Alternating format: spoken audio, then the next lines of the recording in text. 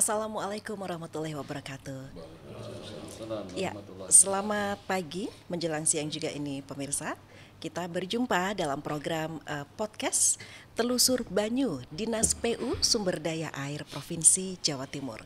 Luar biasa sekali kalau kemudian siang hari ini begitu ya, kita akan membahas terkait seperti apa kemudian pengendalian atau penanganan terhadap bencana hidrometeorologi yang bisa dikatakan kita harus mewaspadai karena sebentar lagi kita akan menghadapi musim penghujan di 2023. Tentunya dengan kita belajar pengalaman-pengalaman sebelumnya pemirsa terkait dengan banjir bandang atau juga tanah longsor yang melanda beberapa wilayah di Jawa Timur yang tadinya tidak pernah terjadi banjir bandang. Salah satunya adalah di lereng Gunung Ijen, kemudian Batu dan juga Bojonegoro Selatan. Belajar dari itu, apa kemudian ke depan ini yang harus kita lakukan untuk bisa menekan agar tidak kemudian jatuh korban dan juga menjaga kelestarian lingkungan.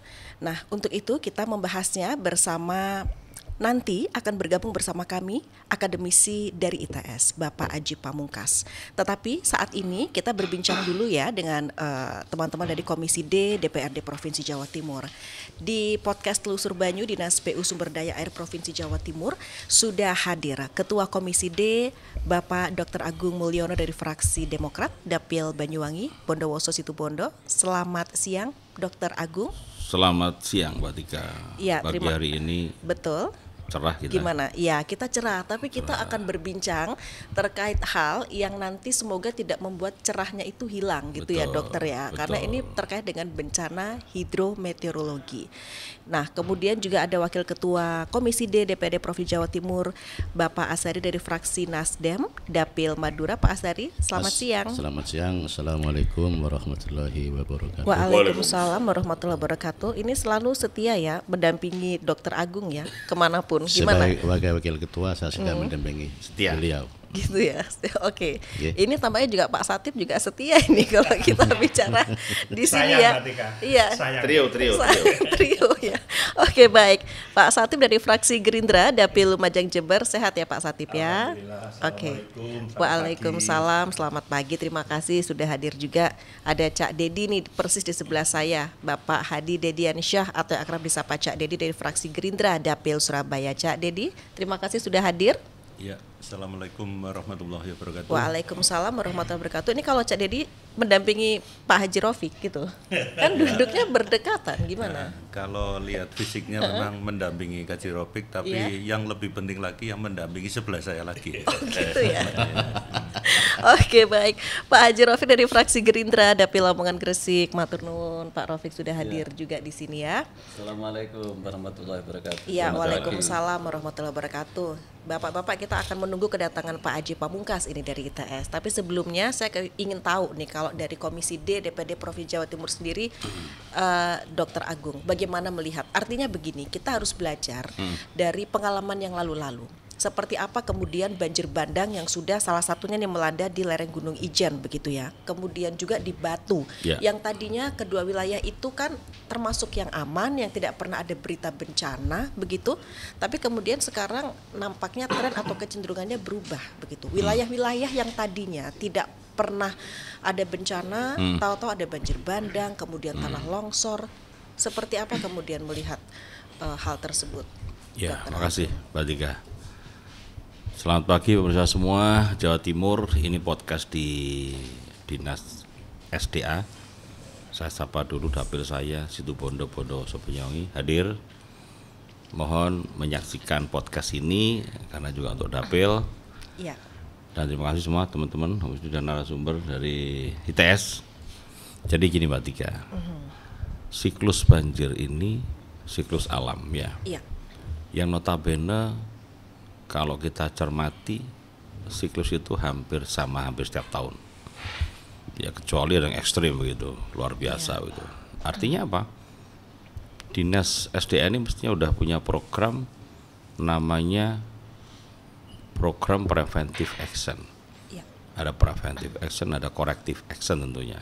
Jadi apapun lah itu, contoh demam berdarah, nyamuk sekali lagi lami, nyamuk yang disebar itu di Bali dan Jogja itu ya. Jadi kasus demam berdarah, kasus banjir, kasus tifus misalnya dan sebagainya, hujan, kekeringan atau panas, kemarau, itu ada siklusnya semua. Nah sekarang tergantung dinas ESDA itu mencermati itu, memplanning itu. Dan juga di Jawa Timur ada dinas bencana alam, itu dalam rangka untuk handle kalau ada emergency case, sehingga di situ dianggarkan yang katakanlah setiap saat dana untuk menangani itu. Jadi artinya apa kesimpulannya? Ini kecerdikan, kelihayan dinas dalam merencanakan program kerjanya terhadap antisipasi banjir, apalagi lagi musim hujan.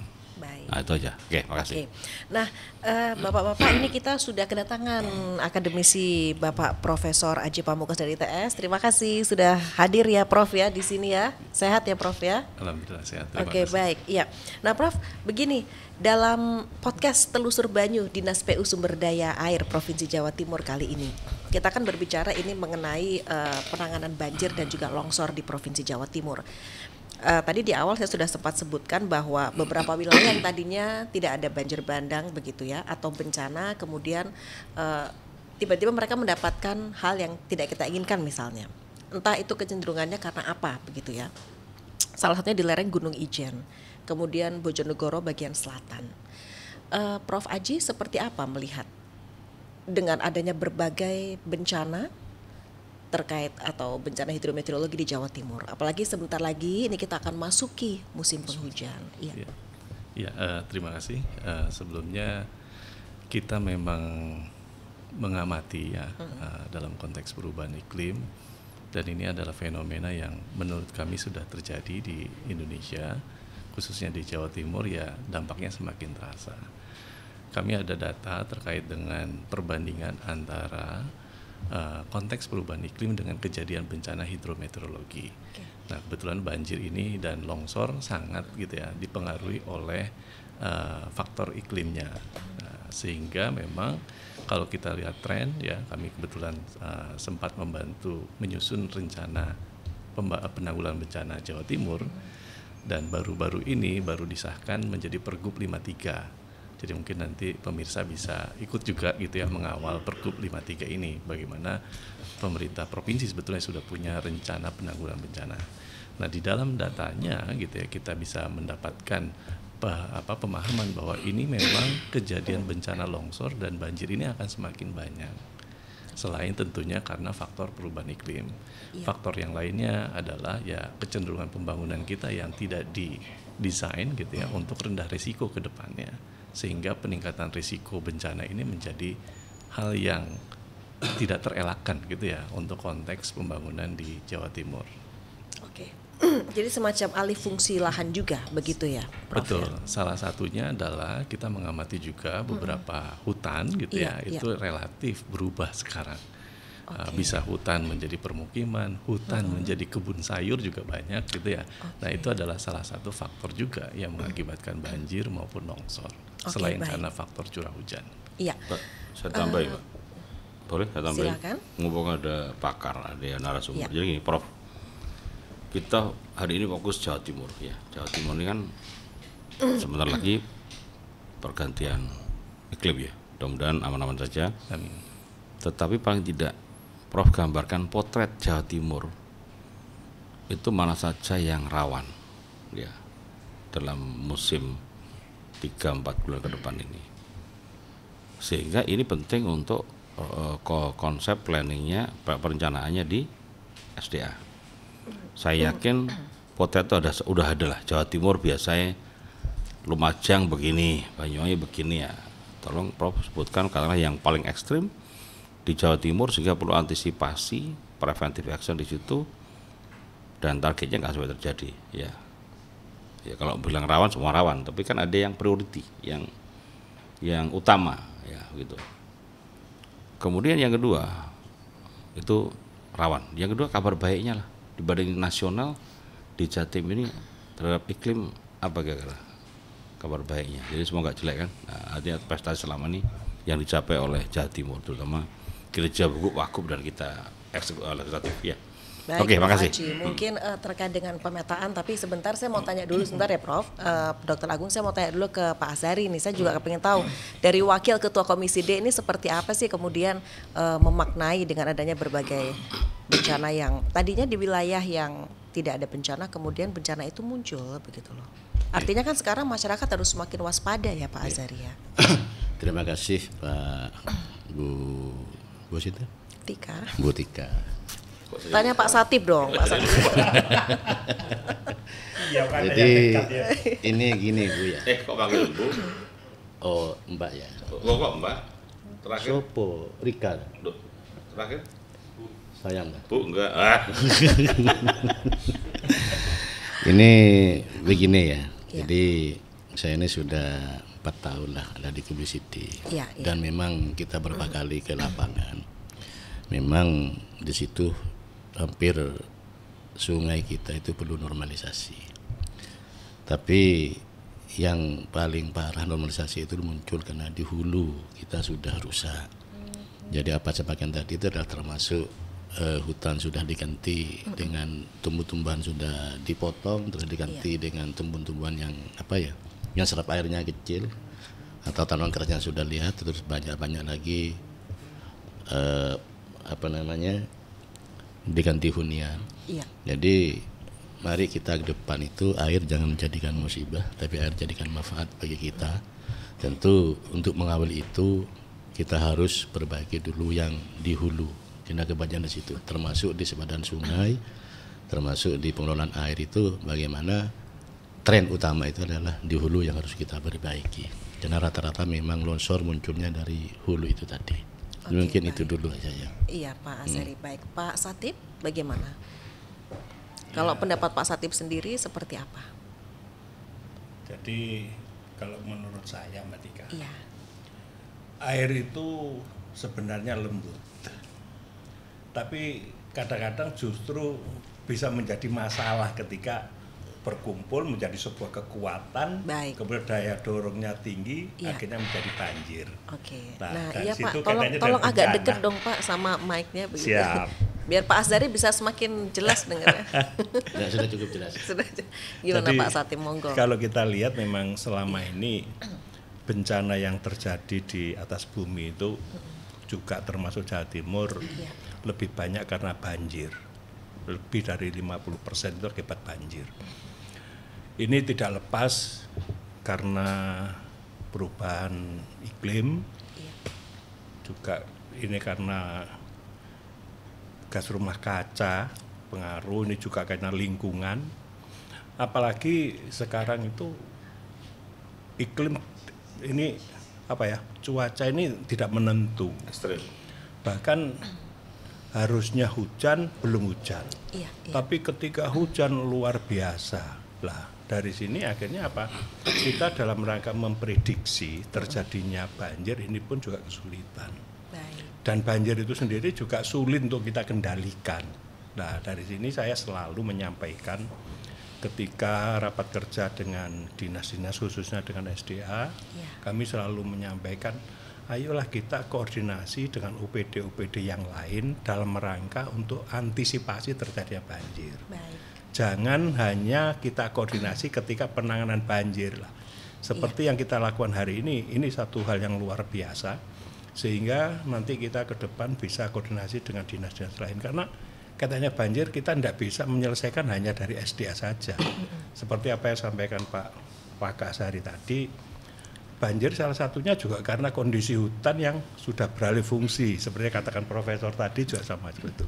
Satu contoh gini, ketika kita ini contoh kasus ya, kita dari Batu mau ke Cangar, lihat gunungnya sudah kayak ngeri saya. Ini bayangkan kalau hujan seperti apa, ini satu contoh. Terus kemudian juga banyak lahan-lahan perkebunan beralih fungsi, yang awalnya tanaman keras, kemudian menjadi tanaman musiman. Nah ini pengaruhnya juga cukup tinggi, ini butuh perhatian dari lintas OPD, bukan hanya SDA. Kalau hanya SDA sangat berat sekali Mbak, karena penanganan sungai di sini harus betul-betul optimal. Baik. Sedang peralatan terbatas.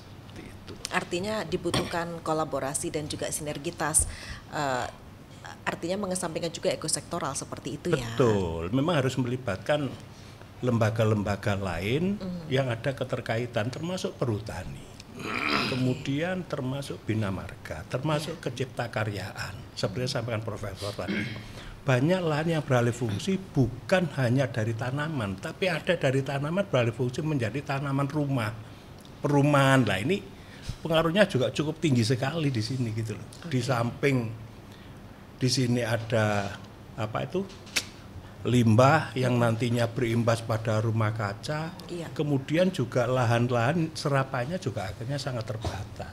Ini juga bagian dalam rangka untuk ikut andil terjadinya banjir.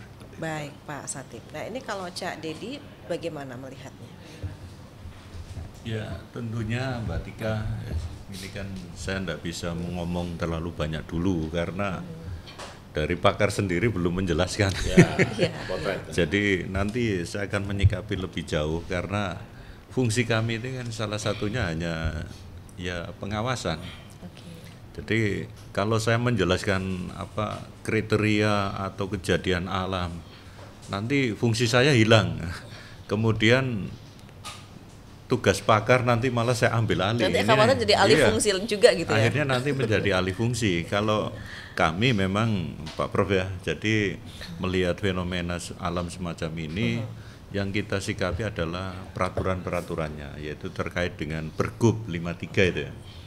Nah Pergub 53 ini saya rasa belum menjangkau secara keseluruhan karena ada beberapa pasal yang tercantum di Pergub itu juga kurang signifikan. Masalahnya penindakan atau melakukan representatif terhadap kejadian, tentunya sarana prasarana itu memadai. Ini yang pertama. Baik. Saya pernah melihat terus terang BPDB kita, jadi bagian penanggulangan bencana daerah, ini kurang adanya kolaborasi atau bekerja sama antara provinsi dengan kabupaten, karena jelas di sini ada semacam putus mata rantai. Jadi kalau bicara terkait musibah bencana ini harus ada keterkaitan, kerjasama, kolaborasi. Nah saya melihat alat terutama yang dimiliki oleh provinsi ketika mau dipakai oleh kabupaten kota ini harus melakukan atau melalui proses prosedural. Padahal yang namanya tindakan pengamanan dalam konteks musibah ini kan tidak harus dengan menunggu koordinasi.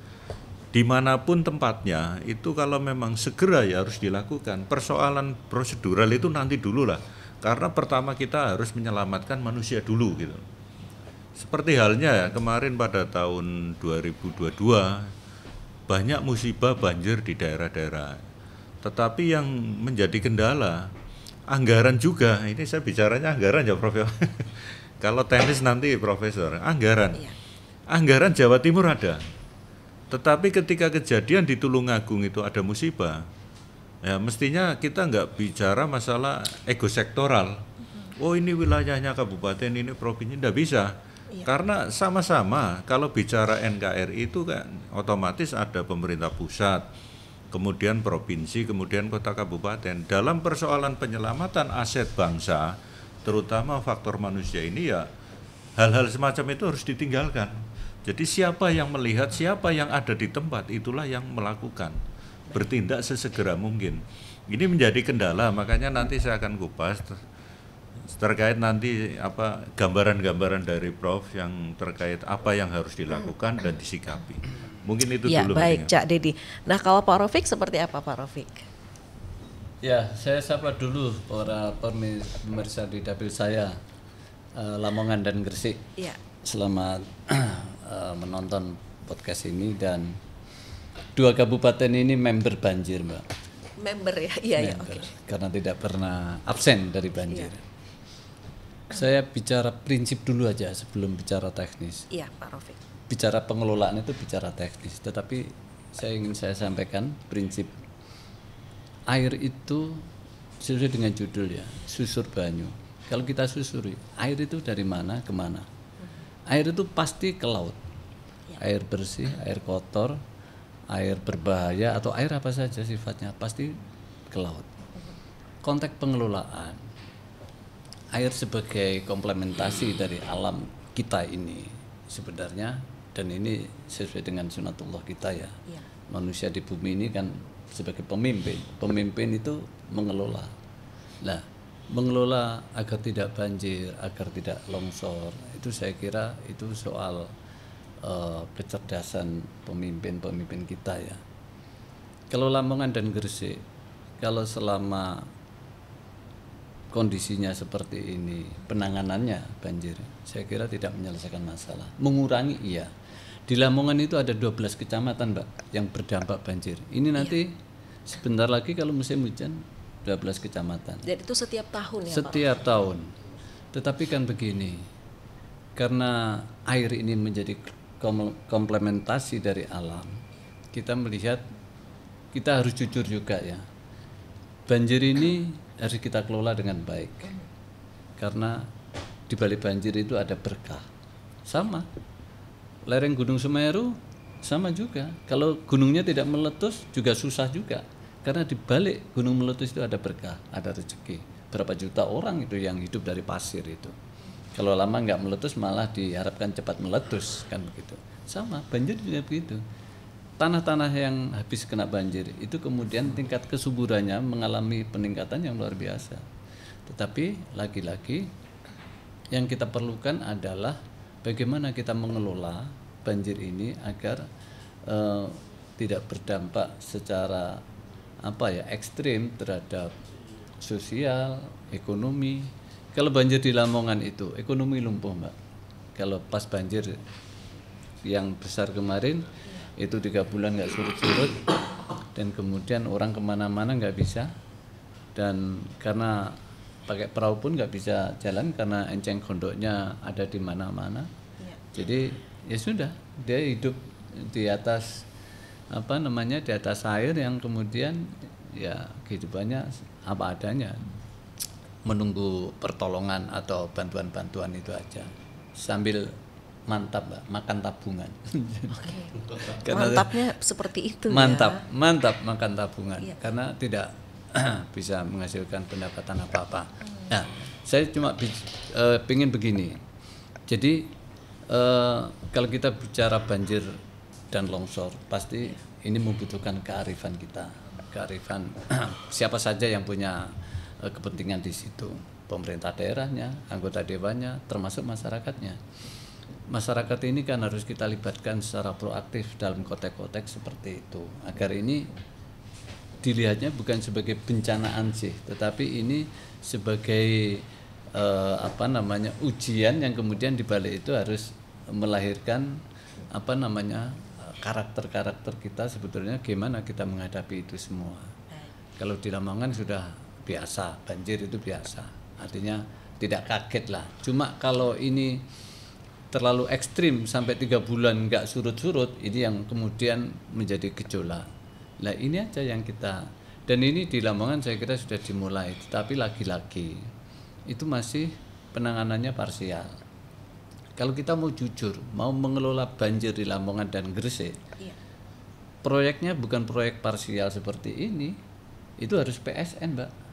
Saya pernah sudah saya sampaikan ke Pak Karwa sebagai Watimpres, mewakili dapil saya, banjir Lamongan Gresik, PSN. Kalau nggak PSN nggak bisa. Jadi proyek strategis nasional itu kan punya penetrasi terhadap siapa saja yang menyulitkan terhadap proyek itu. Menangnya di situ PSN. Jadi ini harus PSN karena punya penetrasi kepentingan terhadap siapa saja yang tidak setuju, kemudian ini bisa dilaksanakan dan itu sudah selesai. Dari hulu sampai hilirnya kemudian didesain seperti apa. Kalau di Lamongan itu dikatakan, katanya di 11 kecamatan itu kondisi tanahnya itu seperti mangkok begini, biar nggak menjadi mangkok ini gimana? Dan itu PSN. Kalau hanya APBD provinsi, kemudian APBD Kabupaten Lamongan dan Gresik, kemudian ada stimulus dari APBN, nggak bisa, Mbak. Tetapi itu lagi-lagi kita ini kan tidak semua harus kita syukuri. apapun yang bisa kita lakukan, apapun keadaannya harus kita syukuri dan kemudian kita cari cara solusi yang kemudian bisa meringankan masyarakat kita. Iya, sambil terus berikhtiar ya Pak Rofika tentunya ya. Baik, nah Prof Aji tadi seperti yang ditanyakan oleh Dr. Agung terkait dengan mungkin ada wilayah-wilayah yang katakanlah begitu ya, mana sih yang memang paling harus diwaspadai begitu terkait dengan potensi bencana hidrometeorologi. Saya tambah biar lengkap, mumpung Prof mau gambarkan secara global. Jadi gini ya Prof, ini Jawa Timur kembali lagi. Selain yang tadi adalah gambarkan aja di Jatim ini progresnya apa, oke? Problemnya apa, termasuk titik tadi yang rawan tadi. Yang penting lagi yang kita baca ini solusinya apa kira untuk rekomendasi Jawa Timur. Diskusi hari ini idealnya keluar rekomendasi terkait dengan iklim ini atau hidrometeorologi ini yang kaitan dengan dinas SDA ini. Udah, makasih itu aja. Bagaimana Prof? Ya. Baik, sebetulnya memang kalau kita lihat pemetaan satu Jawa Timur, itu sudah ada di dokumennya namanya KRB, Kajian Risiko Bencana.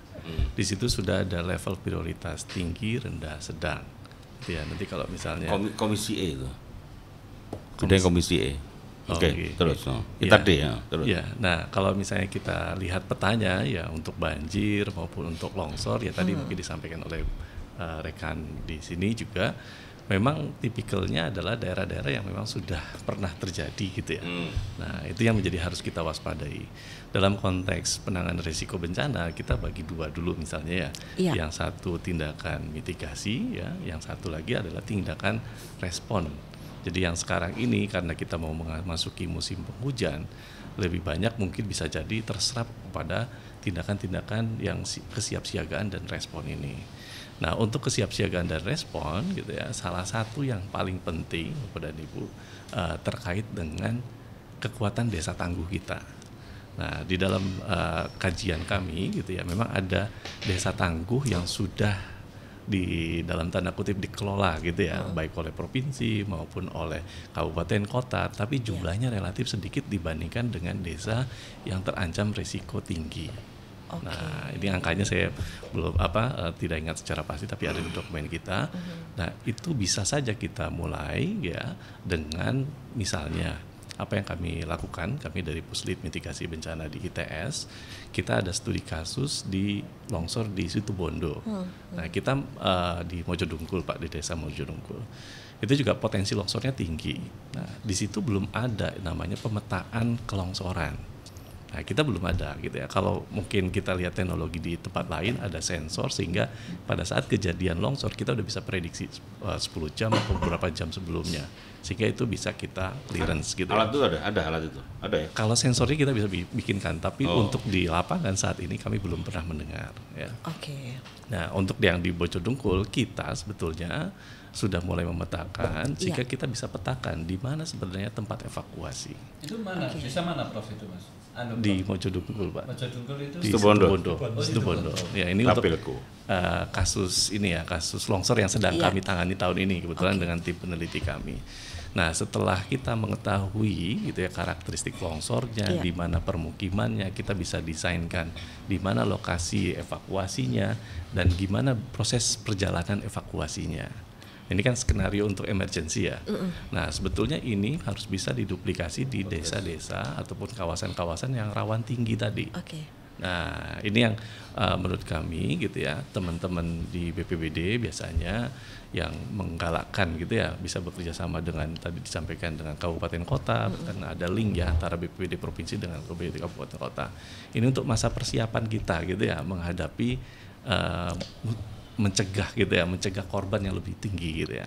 Nah, untuk banjir juga menurut saya juga sama, konteksnya juga sama. Kita punya peta KRB, di sana sudah ada pemetaan di mana yang rawan banjir tinggi, rendah dan sedang.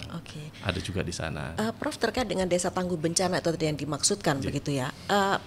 Antara desa yang memang terancam itu kan lebih banyak daripada desa tangguh bencana yang sudah ada saat sudah ini. Ada, betul. Nah itu seperti apa? Artinya ketika kemudian ikut tadi berbicara di Pergub, apakah kemudian di situ juga ada terkait dengan kebijakan itu?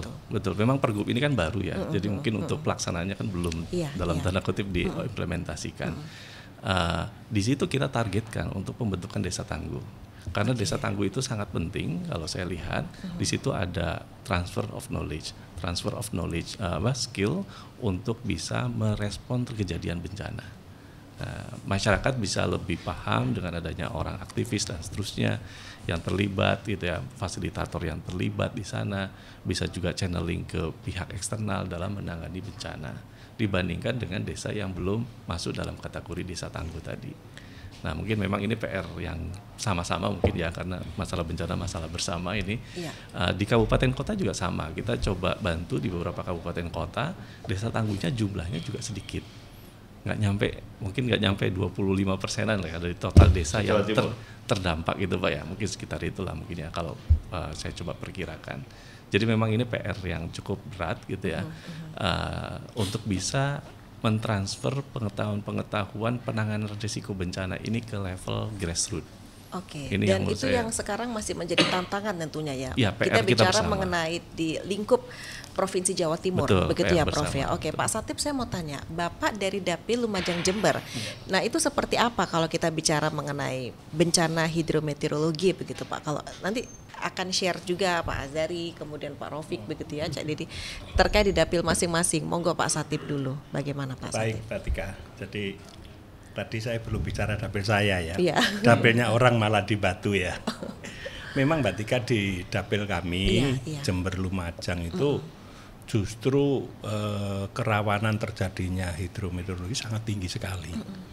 Beberapa kali terjadi di wilayah kami Jember Lumajang, bahkan sudah di Lumajang ini beberapa waktu yang lalu ada 3 jembatan putus.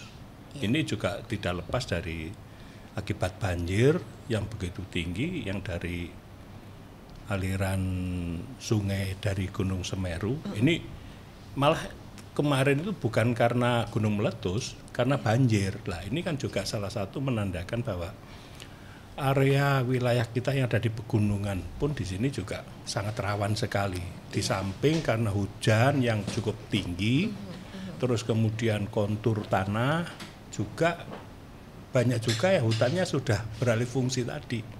Nah, dari sini ini perlulah dalam hal ini negara itu hadir. Artinya pemerintah bagaimana bisa memberikan edukasi ke masyarakat agar sewaktu-waktu ketika terjadi musim yang tidak menentu seperti ini, cuaca ekstrim, masyarakat itu selalu bisa waspada.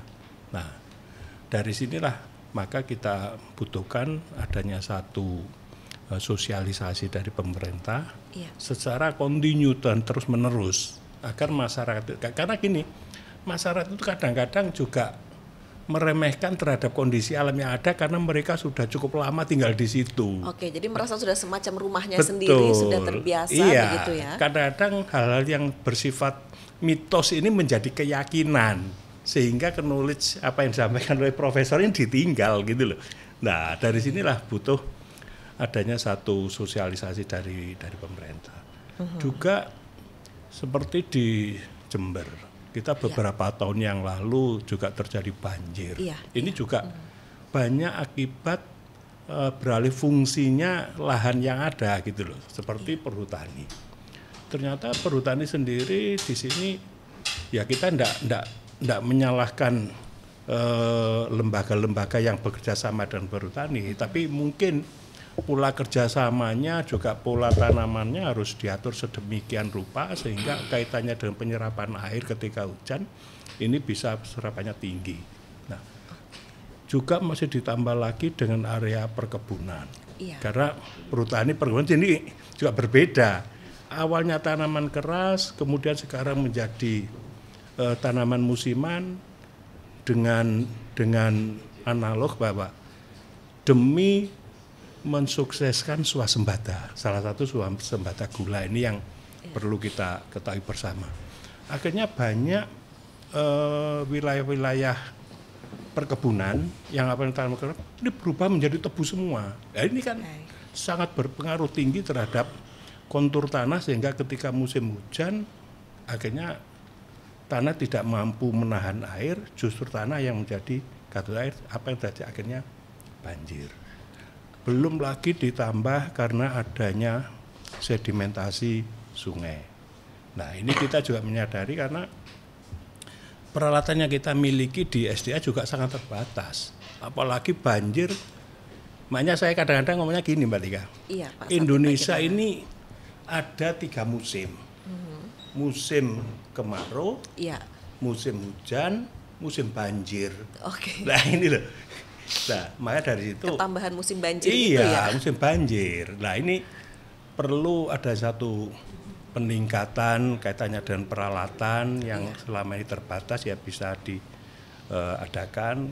Kami dari Komisi D beberapa waktu yang lalu mendorong SDA untuk melakukan pengadaan alat-alat berat.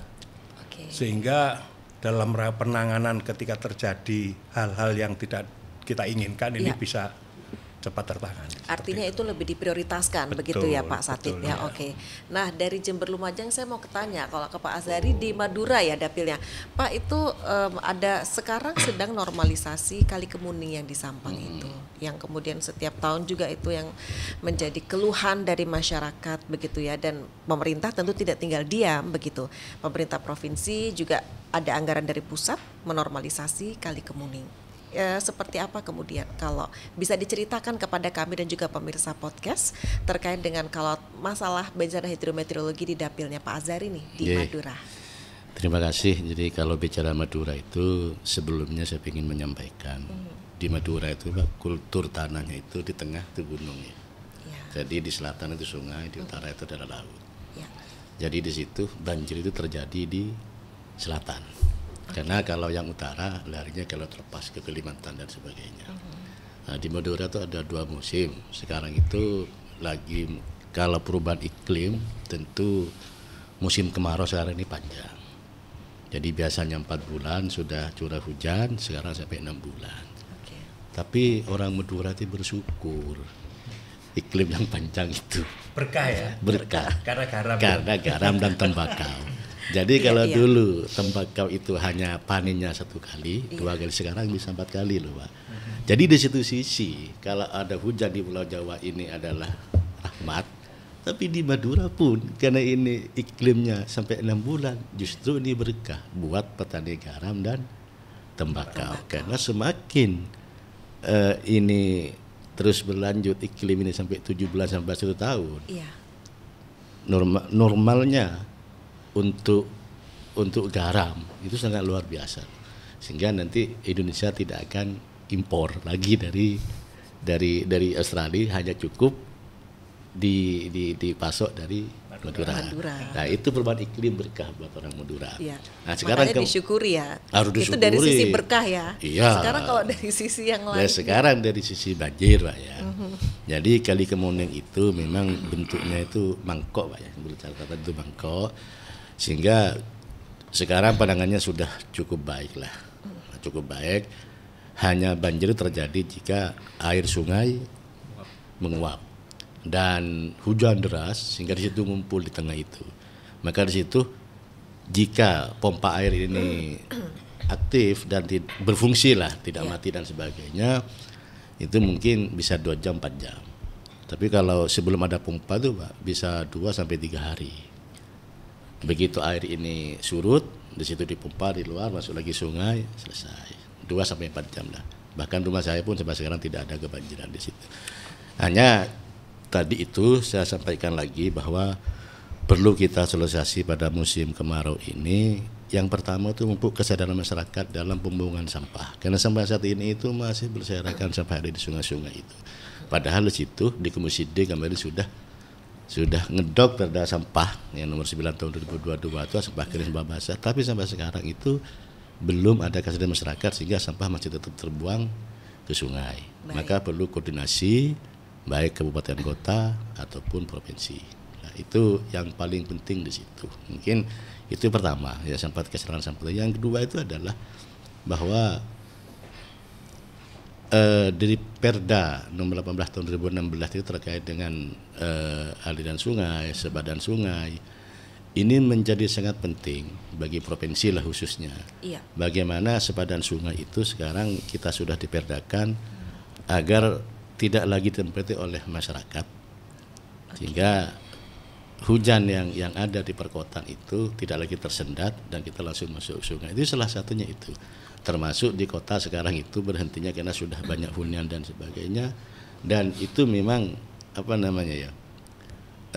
irigasi seperti itu menjadi sangat mutlak dan penting agar tidak terjadi sedimen. Terus sedimen itu normalisasi tidak hanya datang dari hulu, tapi juga faktor pembuangan sampah itu tadi dan sebaran sungai serta dari kota yang masuk ke sungai itu terjadi pendangkalan sungai juga faktor itu juga, tidak hanya di hulunya tapi di hilirnya juga ada seperti pembuangan sampah dan sebagainya. Dan itu perlu kita solusi terus-menerus kepada masyarakat untuk menjadi kesadaran seperti itu. Bagaimana air itu menjadi berkah, bukan lagi menjadi suatu hal yang jelek. Karena apapun air itu adalah masalah kehidupan. Orang tanpa air itu akan mati pasti. Gitu.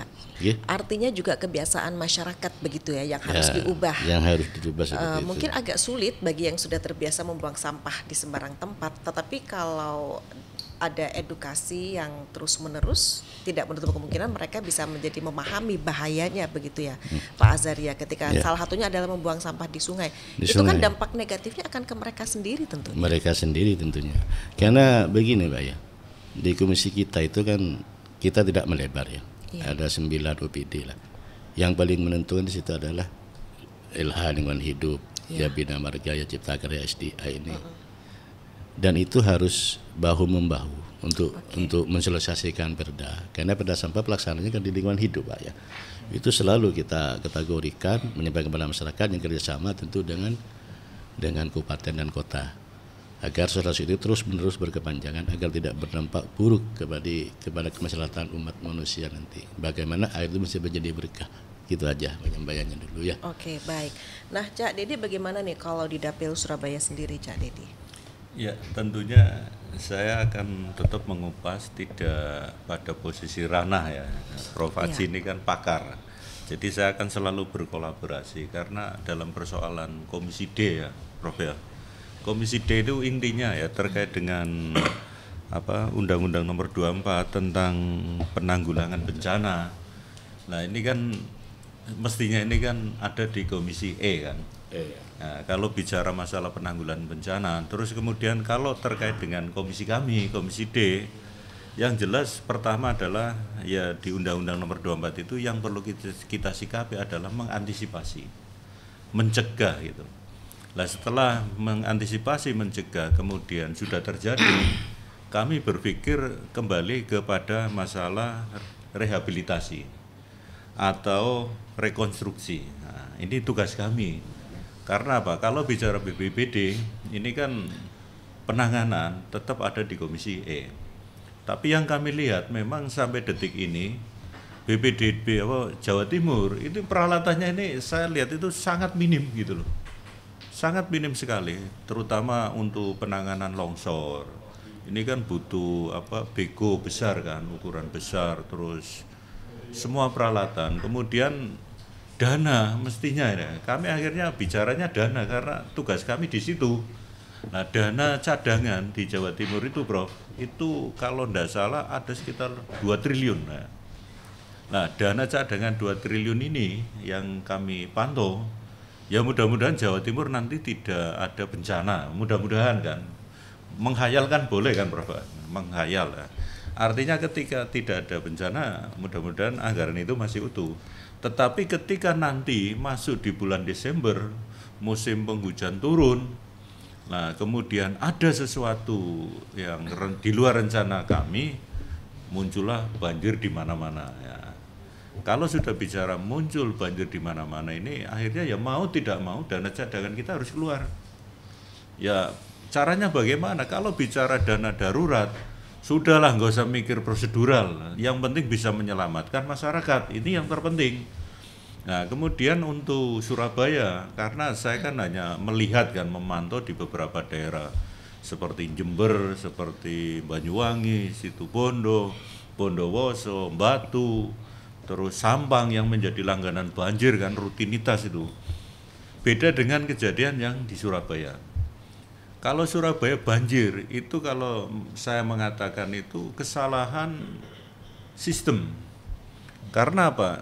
Sistem drainase kita di Surabaya itu ya maju boleh lah, istilahnya teknologi maju boleh, tapi bukan berarti struktur tanah kita kan beda dengan yang ada di studi banding itu, misalkan Belanda dan sebagainya, karena struktur-struktur tanah kita terutama di daerah-daerah ini tuh ya sangat beda, antara Jember Pacitan kan beda. Kalau Pacitan itu saya pernah ke sana, banjir di sana itu di daerah yang lewat Trenggalek itu memang sering terjadi banjir bandang. Nah, pada posisi itu Surabaya itu banjir hanya pada persoalan teknis penanganan. Karena apa? Arahnya air yang ada di Surabaya dengan sistem Bokahut ini ya memang lebih maju, tetapi arah yang dikatakan apa itu temanya Mbak Tika, temanya apa tadi? Terkait dengan banjir dan Telusur banyu. Oh, telusur banyu ini podcastnya. saya akhirnya kembali ke tema telusur banyu. Nah, kalau banyu yang ada, air yang ada di Surabaya ini kan mencari celah, bukan mencari arah gitu, tapi mencari celah. Karena kalau arah air yang ada di Surabaya itu hanya di Kalimas, itu induk dari sungai yang ada di Surabaya. Tapi mencari celah ini, ketika gorong-gorong atau saluran air itu ditutup secara total, kemudian celahnya hanya sedikit, sementara debit airnya besar dengan kapasitas penampung yang tidak memadai, ini akan menjadi persoalan. Ya kalau di musim tidak hujan, tidak ada masalah, no problem.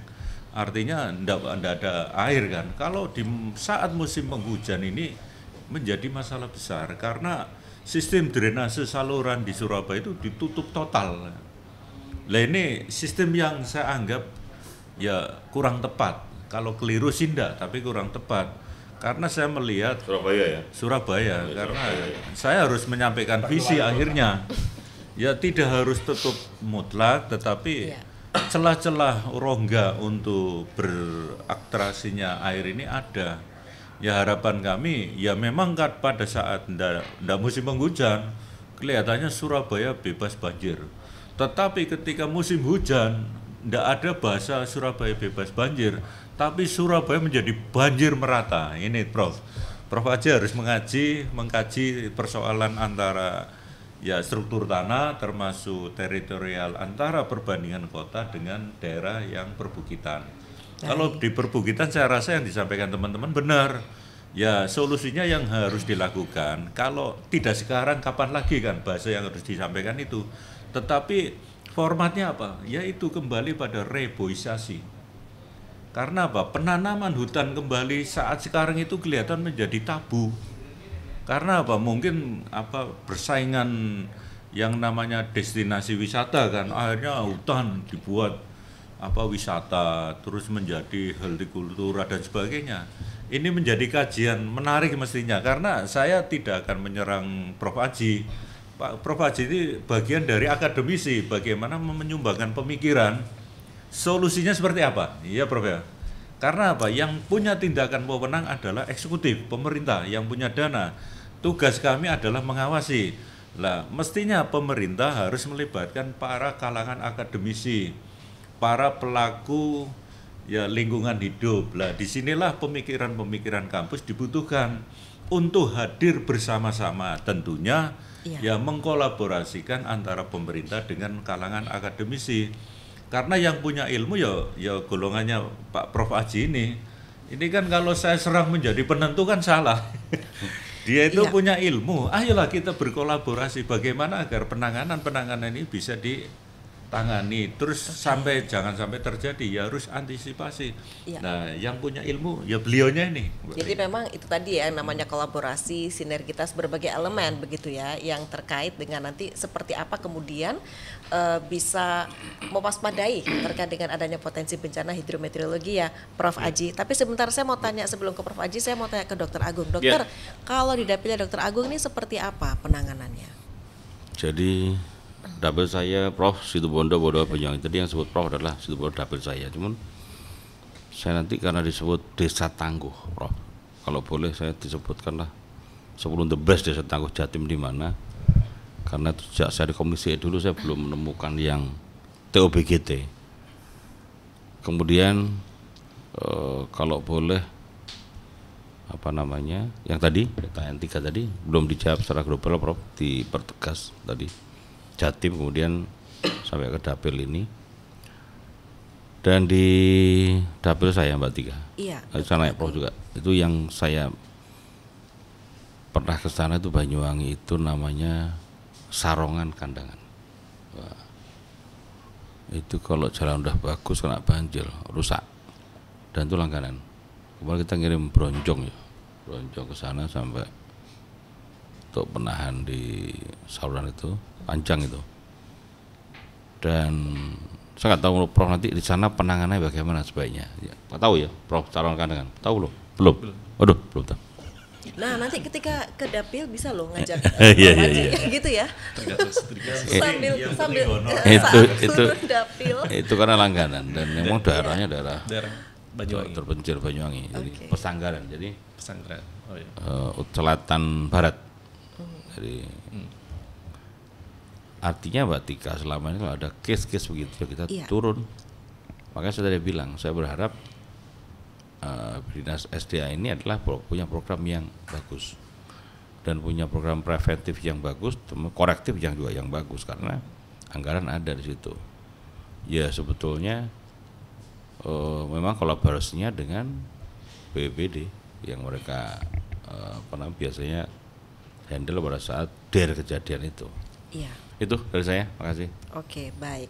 Prof Aji, monggo loh. Saya ingin komentar dulu sebentar Iya, terkait silakan. dengan yang disampaikan Cak Dedi teman-teman dan dari juga Dr. Cak Dedi, Agung. calon wali Iya. kota.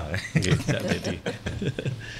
Ada Iya. fakta yang menarik ya dari beberapa literatur ya, bahwa ini kok kampanye. Ini visioner ya Prof. pantesan saya duduknya di tengah ini.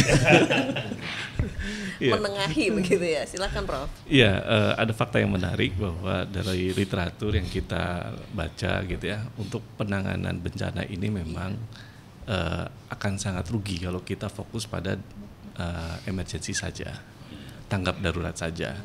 Di dunia, di historisnya Indonesia gitu ya, sebelum undang-undang yang disebutkan Cak Dedi tadi 24 tahun 2007, kita tersadarkan oleh tsunami Aceh tahun 2004 gitu ya. Kenapa demikian? Karena semua format penanganan kebencanaan semuanya responsif dari mulai zaman kemerdekaan sampai tahun 2007 itu. Makanya terbentuklah BPBD di kabupaten kota. Meskipun ada beberapa kabupaten kota yang baru saja gitu ya membuat format BPBD. Artinya penanganan responsif terintegrasi gitu ya. Iya. Itu relatif terlambat kita ini. Nah, kalau misalnya dari literatur yang saya baca juga gitu ya, perbandingan dana gitu ya untuk tindakan-tindakan yang sifatnya responsif tadi itu biasanya 1:7 sampai 1:15. Jadi ibaratnya kalau kita fokus gitu ya untuk menangani bencana ini secara preventif, itu penghematannya akan luar biasa.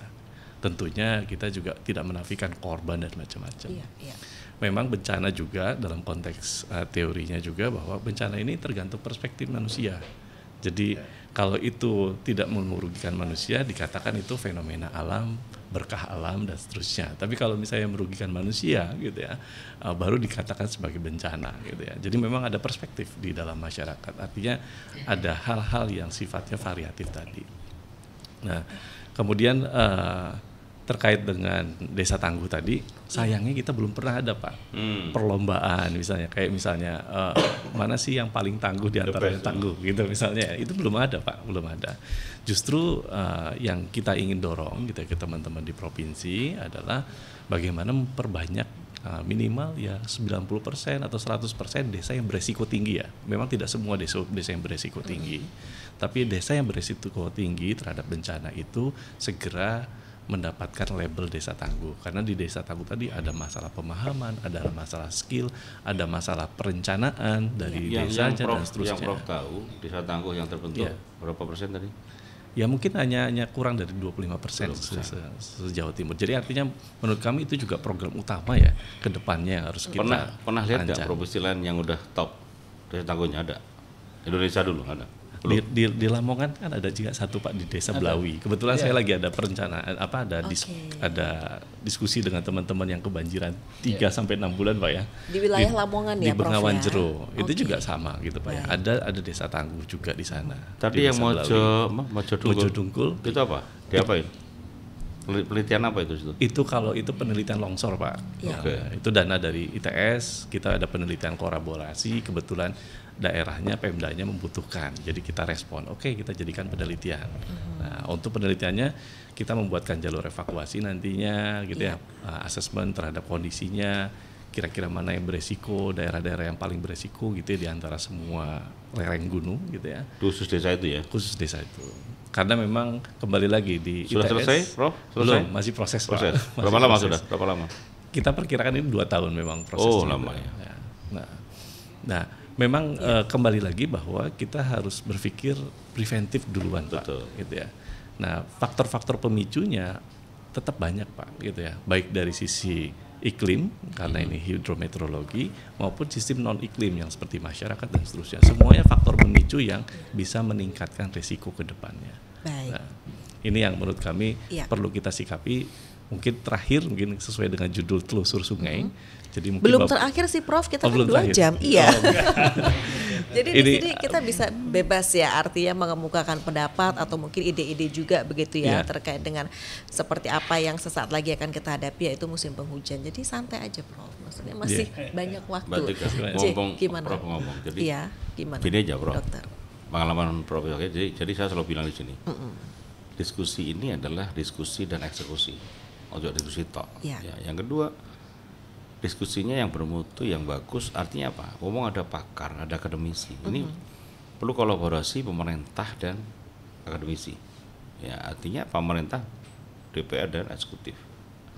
Nah, barangkali diskusi ini, Prof punya pengalaman yang sudah sukses dalam hal mitigasi dan eksekusi terhadap banjir itu di mana? Boleh provinsi lain ataupun luar negeri yang mirip-mirip Jatim, jangan yang mirip. Jadi kita mau buat ATM, amati, tiru, modifikasi. Ya, gitu loh Prof. Goalnya ke sana. Karena apa? Desa Tangguh itu saya tahu sejak saya ketua komisi 2016 sudah ada. Tapi ya tupoksinya artinya aktivitinya ya lihat belum makanya saya tanyain the best. Desa Tangguh saya pengen tahu, barang saya ketinggalan. Enggak ada juga ternyata kan. Nah, ternyata artinya belum ada. Ngomong ada akademisi, barangkali apa yang perlu kita copy paste dari tempat lain untuk terapkan di Jawa Timur terkait dengan judul hari ini. Oke, makasih. Iya. Sebenarnya apa sih Prof, artinya ikhtiar-ikhtiar yang bisa kita lakukan begitu ya. Kalau kita bicara memang kan ini tidak bisa satu OPD atau satu sektor saja yang bekerja begitu ya. Dibutuhkan kolaborasi yang prima berbagai sektor, termasuk juga akademisi berperan juga tentunya dalam memberi urun rembuk begitu ya terkait dengan pembangunan ini, terutama kita bicara soal mitigasi bencana begitu Prof Aji. Iya. Konsepnya sebenarnya yang formula yang tepat itu yang bagaimana sih Prof? Ya, kalau formula tepat kembali lagi harus lihat kasus per kasus ya. Okay. Nah, tapi pada prinsipnya gitu ya, kita ada satu riset yang nyangkut Cak Dedi ini terkait dengan dapil di Gresik antara Gresik sama Surabaya ya. Di situ ada Kedurus, Kali Kedurus, ada daerah catchment Kedurus, kita ada penelitian di sana.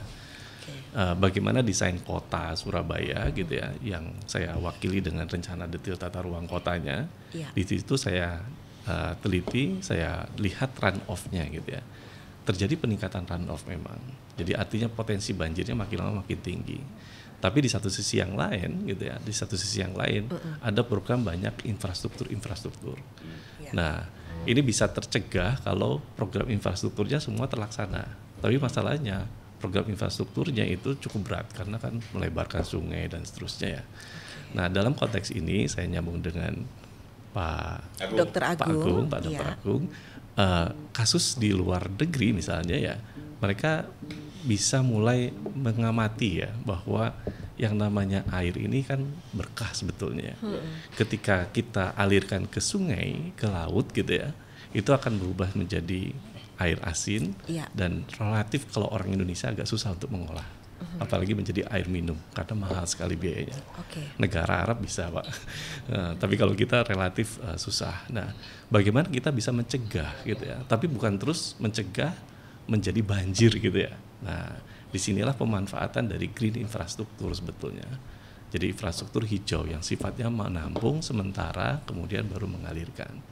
Nah, di dalam konteks ini saya melakukan simulasi gitu ya, dalam konteks Kedurs ini kalau dikombinasikan antara bikin drainase tadi gitu ya, dengan green infrastruktur, misalnya salah satu green infrastruktur ya biopori lah, bikin tampungan-tampungan gitu ya, termasuk di permukiman gitu ya, di kota Melbourne itu mereka menampung air hujan itu di dalam rumah-rumah. Tapi memang kita susah ya kalau di konteks Indonesia karena satu persilahan itu hanya 100 meter persegi. Kalau di sana 500 meter persegi paling kecil. Tapi sebetulnya kita punya kasus juga yang ditaruh di badan jalan. Jadi alat untuk menampung sementara, air untuk menampung sementara. Di perkotaan yang masif seperti di Surabaya itu akan jauh lebih efektif. Lebih banyak menampung, mencari ruang-ruang gitu ya, yang sifatnya untuk menampung sementara. Jadi tidak langsung dari hujan mengalir ke permukaan, kemudian ke drainase. Kita tahu drainasenya juga perkembangannya ya cukup berat gitu ya. Di satu sisi yang lain, sampah kita juga luar biasa gitu. Sampahnya nggak kecil-kecil, kadang-kadang kasur pun masuk jadi sampah gitu ya. Nah ini juga ada masalah. Jadi pemodelan kita di riset itu juga menjadi sebuah hal yang tidak realistis akhirnya karena sampahnya juga aneh gitu ya. Nah beda sekali gitu. Tapi kembali lagi bahwa secara prinsip karena ini temanya tentang telusur sungai ya harusnya kita mungkin bapak-bapak dewan juga bisa menelusuri bareng-bareng sungai dari mulai hulu sampai hilirnya. Ini ada yang terganggu nggak gitu? Ini untuk responsif segera ya, respons segera karena tadi actionnya apa nih setelah setelah podcast ini? Baik. Kita sama-sama mungkin menelusuri. Ada nggak sesuatu yang mengganggu jalannya air? Karena air ini memang harus mengalir terus. Kalaupun tidak mengalir dia ditampungnya di tempat yang benar. Kalau nggak ditampung di tempat benar, ditampungnya di rumah masing-masing gitu. Jadi banjir gitu. Nah ini yang menurut saya menjadi hal yang paling penting. Nah ini kalau misalnya kita lihat misalnya masih konteks banjir ini kasus-kasusnya lebih banyak di Belanda Pak ya. Kota-kota Belanda jauh lebih pintar dia mengelolanya. Tapi kalau kita lihat prinsip dasarnya adalah sepadan. Sepadan itu menjadi hal penting sekali. Ketika kotanya dibangun menjadi lebih masif, dia mencoba untuk mengkombinasikan antara ruang terbuka biru dengan ruang terbuka hijau. Misalnya saya pernah datang ke tempat lapangan basket, dibuatnya dia agak cekung, jadi lapangannya di bawah, tangganya itu jadi tempat duduk. Gitu ya. Nah pada saat musim hujan, lapangan basket ini jadi alat penampungan air. Gitu ya. Nah hal-hal seperti ini mungkin kita harus mulai mencoba ya, karena ruang menjadi sempit lagi buat kita ya, karena terjadi masif pembangunannya. Tentunya kalau lebih bagus lagi didesain kota ini menjadi kota yang lebih compact, jadi lebih banyak vertical development dibandingkan dengan horizontal development. Iya. Nah pemirsa sampai di sini kebersamaan kita dalam podcast Telusur Banyu Dinas PU Sumber Daya Air Provinsi Jawa Timur kali ini. Terima kasih pemirsa atas kebersamaan Anda bersama kami. Saya Mustika Ratna. Sampai jumpa. Wassalamualaikum warahmatullahi wabarakatuh.